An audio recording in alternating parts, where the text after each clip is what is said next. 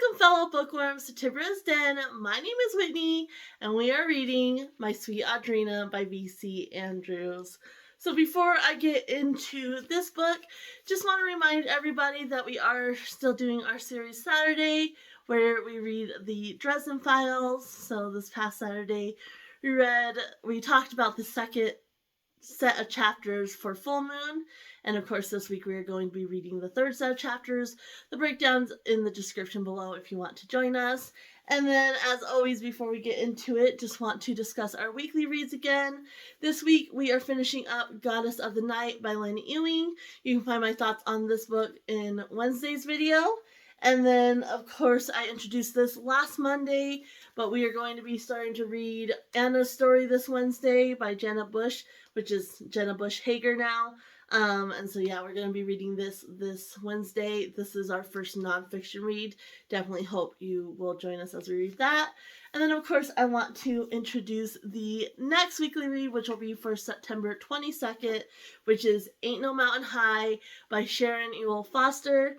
And I'm going to go ahead and read the synopsis for you real quick so you can get an idea of what this book is about. But it says, a modern-day fairy tale, Ain't No Mountain, introduces an urban princess lost and in search of her true identity. Still single and anything but satisfied, she is aided on her journey by a middle-aged, self-proclaimed hip-hop godmama who worries she might have been married one day too long, and an African prince who isn't having any of it. Along with 8 friends, 3 16-year-olds, a computer dating service, 1 MIA husband, and a whole lot of chicken, they embark on a humorous and poignant search for truth, true love, and happiness in a land called Baltimore. Like the song says, ain't no mountain high. So, yeah, really excited to read this. This has been on my shelf for years and years. So, I don't think I've ever actually read it. So really excited to finally dive in. Links are in the description below where you can try to get a copy of this if you want to participate with a physical copy. Always check your local library as well. You never know, these books are older, so they could be in your local library. But otherwise, links will be in the description below. And also audiobook or Kindle are good ways to participate if it's available. So anyway, that's it for our weekly reads. Let's go ahead and jump right back into My Sweet Audrina. So this set of chapters, we read pages 167 through 262, which were chapters 8 through 14, I want to say. And they were definitely very, very heartbreaking. So, very upsetting. Trigger warning, there is a death in these chapters. And, you know, I don't want to give too much away, so I'm just going to leave it at that, but it is kind of upsetting. So anyway, let's go ahead and jump straight into the discussion questions. Of course, we are starting with Chapter 8, which is titled Competition. How important is it for children being raised in the same household to be treated equally? And I think it's really important, you know, regardless of whether they're being raised as siblings or not, it is definitely very important. And it is something that's very relevant, you know, with a lot of children in foster care or being adopted and things like that. And sometimes you have biological children in the household, or other children that, you know, are other foster children and things like that. And so I do think it's relevant. I think it really is important that they're treated equally and fairly.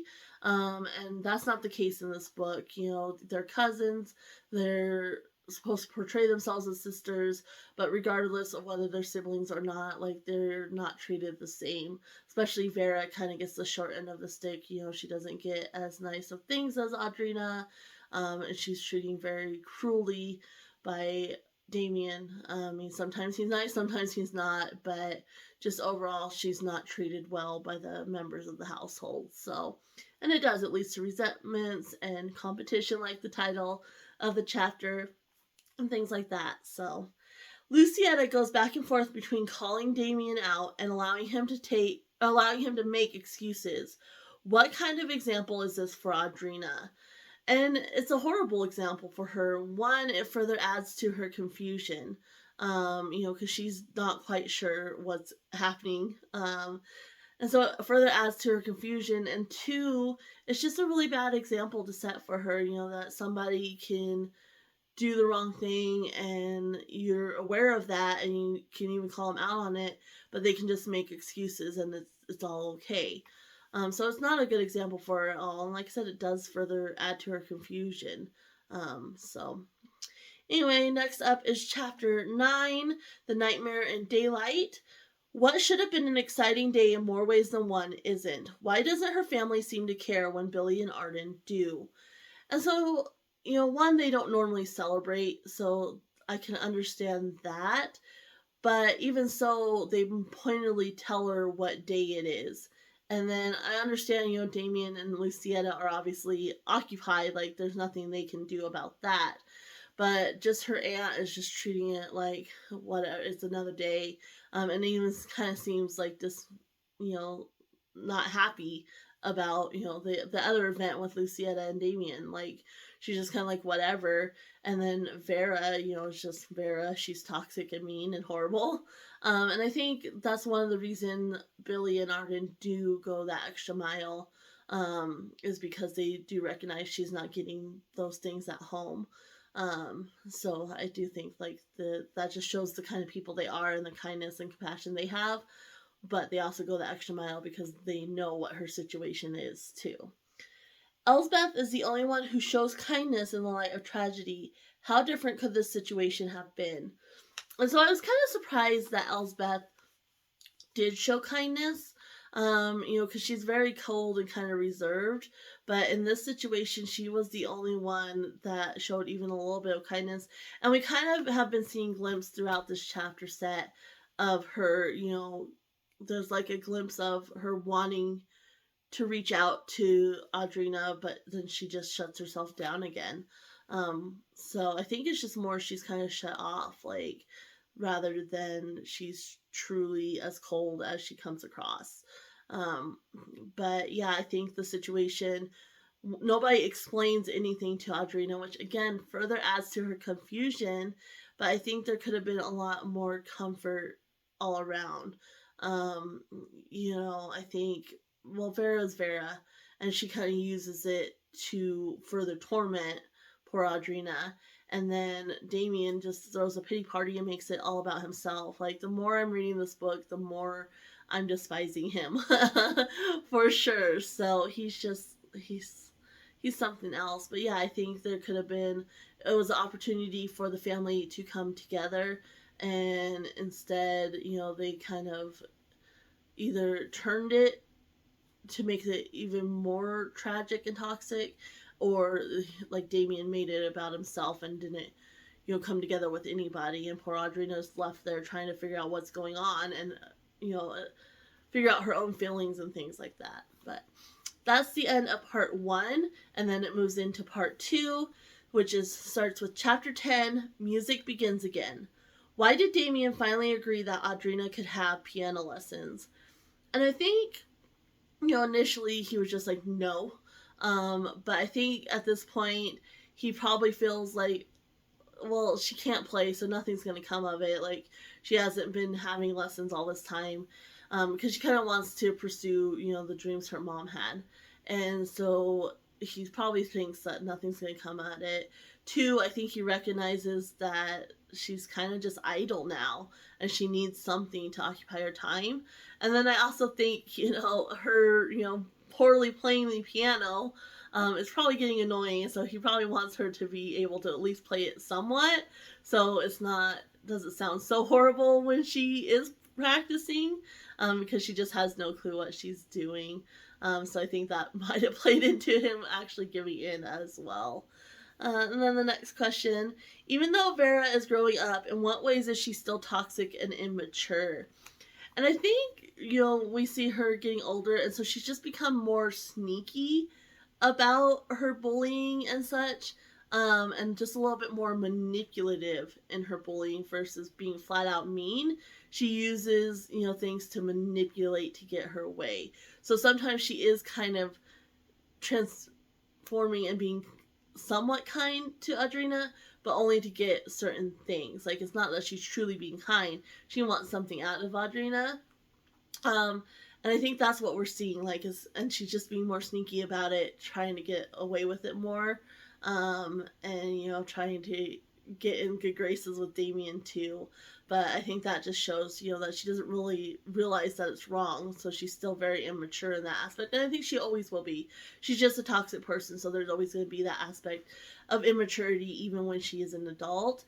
And then also another thing is she's growing up, and so she's actively pursuing older men and such like that, and not concerned about what happens in that regard, which shows a level of immaturity as well. So, and let's see, chapter 11 is called Wishes Come True.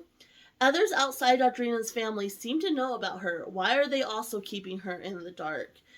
And I'm not sure, I think part of it may be that they don't really think it's their place to tell her anything. They're not her family or anything like that, and so they probably, even though they feel compassion for her and such, they don't really think it's their place. And two, I think maybe they don't necessarily know what consequences would come if they did tell her. Like, maybe they too think it's in her best interest that she's just kind of left in the dark, or they underestimate her. So I'm not entirely sure, but we definitely see glimpses that, like, maybe they know more than what's going on than they're letting on. And so I think, definitely, like I said, it's either just not their place, or they underestimate her and don't think she can handle the truth, or they're just worried about what, telling her the truth would entail for sure. So, and the household in some ways seems less toxic than before. Is this really the case? And I don't think it is. I think just kind of like how Vera is being less outwardly bullying and manipulative and such, I think it's the same with the household. Like, it's under the surface now, where before it was, very blatant. Like, now it's kind of more under the surface, and they're not outwardly, showing their toxic habits or anything like that, but they're still there. We still see it. It's just, like I said, it's not as obvious as it was before. The next chapter is chapter 12, which is titled Billy. And Audrina is finally let in on the secret Billy and Arden have been hiding. Why did it take them so long to trust her? And I think there's several different reasons. I think, obviously it's something very personal to them. And if you read the book, you know what I'm talking about. And so maybe there was some embarrassment there. And it's definitely something personal. And, they didn't want, Audrina to look at Billy any different. And the other aspect, I think maybe they, again, underestimated Audrina and maybe thought, that she wouldn't be able to handle that, which is clearly not the case. And yeah, I think they just kind of either, like I said, was embarrassed or underestimated Audrina and didn't think she could handle that and wasn't sure how she would react to that. And so they just kind of kept it a secret instead of letting her in on that. Even though they really cared for her and such, they weren't quite ready to trust her with that, because they just didn't think that she was ready, or they were ready for it. So, and at the end of this chapter, Audrina will finally be able to go to school. What changed Damien's mind? And so obviously, we kind of know the events that led to that, but I think he could have just hired on a tutor like he said he was doing all along. And so I think the fact that he chose not to do that, and it was called to his attention that, you could get in trouble for this. And yeah, I think he didn't want to do that for whatever reason. I mean, maybe he just doesn't want a stranger in his house or whatnot. So he does go ahead and decide she can go to school, but he ends up sending her to private school where, like, Vera goes to public school. So again, they're not being treated equally. So yeah, I think it was just, realizing he's going to get in trouble and realizing that Audrina's needs aren't being met. Like, she needs to learn. She needs to be allowed to grow. And since he wasn't willing to hire a tutor, he obviously had to send her. So, and the next chapter is chapter 13, Almost a Normal Life. Why does Audrina have clear flashbacks of the first Audrina? And so last week, I hinted that there was a theory I was kind of working on, but I wasn't quite ready to admit it yet. And this set of chapters really got me clinging more to that theory. And I think she may be the first Audrina. Like, I think, the event that happened to her, that trauma, just kind of broke her. And so she is the first Audrina, but she blocked out all those memories. And that's why they don't really tell her age, and they kind of keep everything a secret around her. The only thing that doesn't make sense to me, if that theory is true, is why there's a grave and why they kept like the room. Like, I don't see why maybe she wouldn't have just kept the same room, and why would they do the grave? Like, maybe it was like symbolic to bury, the old Audrina, like this isn't who you are anymore. But then he also pushes her to regain the memories too. So it really doesn't quite make sense to me fully, but I'm really leaning towards it being the same person. Like, I really think it is. And there's just something weird about it. So, and the next question, as Audrina asks, why does Elsbeth love Damien with all his flaws? And we can definitely include Lucietta in on this as well. I mean, like I said, she calls out his bad behavior, but at the same time, let's make excuses. And so does Elsbeth. And so I mentioned before, and I still think Vera is actually his daughter, because there's another part in this set of chapters where she kind of calls him and kind of hints towards that. And so I do think, that there was a little thing going on there, and then obviously he chose Lucietta. But I think one, love's not always rational, and two, a lot of times you want to see the good in people, and so that good makes you excuse the bad. And sometimes you don't always realize how much the bad outweighs the good.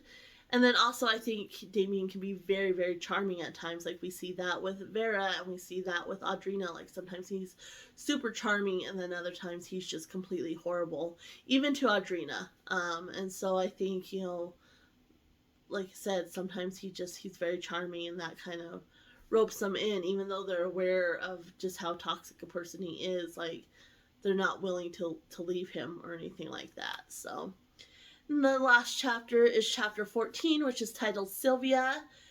Billy says people learn to adjust, but do you think people ever fully adjust after a trauma/tragedy? And I don't think you ever fully adjust. I think you adjust in the sense that you learn how to live with it, but I don't think you ever fully adjust. You're still gonna kind of think back to the time before the trauma or tragedy happened, and you're still gonna, have moments where you're not happy. Like with Billy, she's gonna have moments where she's insecure about it, and she's not happy, and she wished it could be different. But you can't. You have to learn how to live with it, and so while you adjust in the sense that yes, you learn how to live with it and move on with your life, I don't think you ever fully adjust, to life like that, like especially knowing something different. So, and the last question, what are your thoughts on the reactions to Sylvia from the others in the household? So I'm not going to say who Sylvia is. Again, you have to read the book.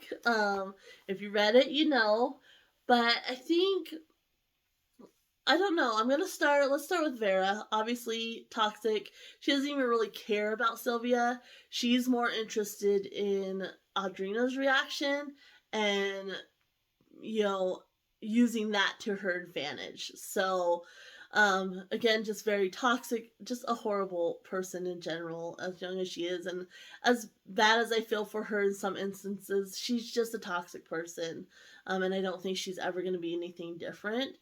And then with Elsbeth, she kind of, I don't know, again, she's just kind of closed off and reserved. And she almost like, there's a part where she's wanting, like, almost like she wants to reach for Audrina's hand, but she doesn't. And so she's just, like I said, she's just kind of closed off, and I don't know why. But we see that hints, and it's so weird that we see those hints of kindness and compassion towards Audrina, and she's so horrible to her own daughter. Like, it's so weird and backwards. And then we have Damien, who surprisingly seems okay, but I think he's okay because he has unrealistic expectations of what is going to happen with this Sylvia. Like, I think he doesn't fully acknowledge the degree of what she's suffering with. I think, he just kind of, like it says, he thinks love can fix it instead of acknowledging who she really is. He thinks love can fix her, and not acknowledge, that no, she's only ever gonna get so far. And so again, I don't like him, and he kind of is mean to Audrina about it too, when he never explained anything. Like, she's seeing Sylvia for the first time, and she's been asking about her for years, and nobody tells her anything. And so it's a shock to her system. And then he's all, well, you've been asking about her, like, here she is. And he's such a horrible person. Like, but let's go ahead and talk about Audrina. We don't need to talk about him anymore. So Audrina, I think, a lot of people would condemn her for her reaction, but I think it was a very human reaction, not understanding what's happening, and having to just process it and then process how this is going to affect her life.